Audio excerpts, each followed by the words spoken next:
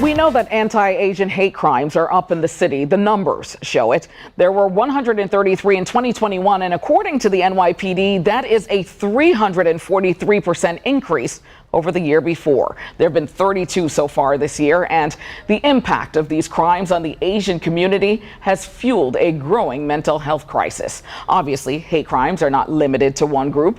Over the weekend, 10 people were killed in Buffalo in what investigators are calling a racially motivated shooting. So, on this Wellness Monday, we are joined by Dr. Chou and Lilya Berns from the Hamilton-Madison House. It is a Chinatown nonprofit serving the immigrant community there. He is the Behavioral Health Medical Director, and she is the Associate Executive Director. Thank you both for being here today. Thank you for having us. When a hate crime happens, like the one we saw in Buffalo that targeted Black people, it raises the anxiety level in that community where the people are being targeted. People are anxious, they're angry, they're hurt. How do you deal with this in a good mental health way?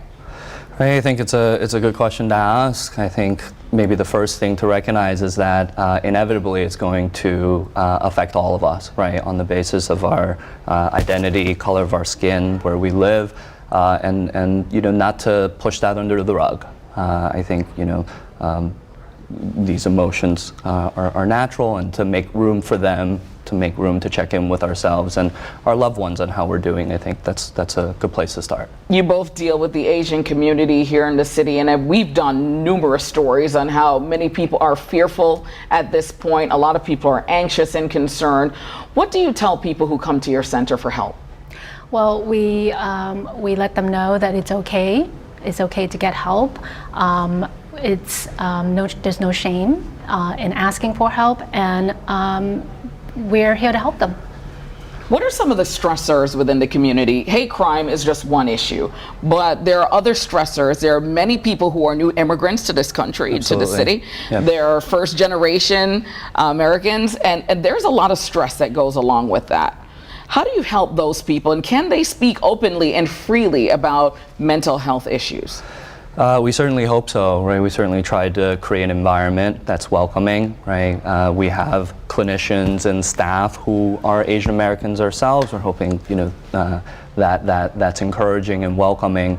We realize that there's a lot of sort of socioeconomic, demographic issues that plays into mental health. So when somebody walks into our clinic, it's not just seeing the doctor, it's not just seeing a therapist. We have case managers who can help people with, getting sort of the specific help they need, whichever it is. So, we really do try to keep an open mind. What are some of the specific issues within the community that many of us don't even know about? Well, our community really has struggled during the pandemic. I think we are the hardest hit. A lot of people associate, the virus with Asian community. So, they're really suffering. There's a lot of anxiety, fear of going out, especially with our seniors and women. I think that, the fear is real, but there's also hope and there's help, and they're not alone. Is therapy something that is openly talked about in the Asian community?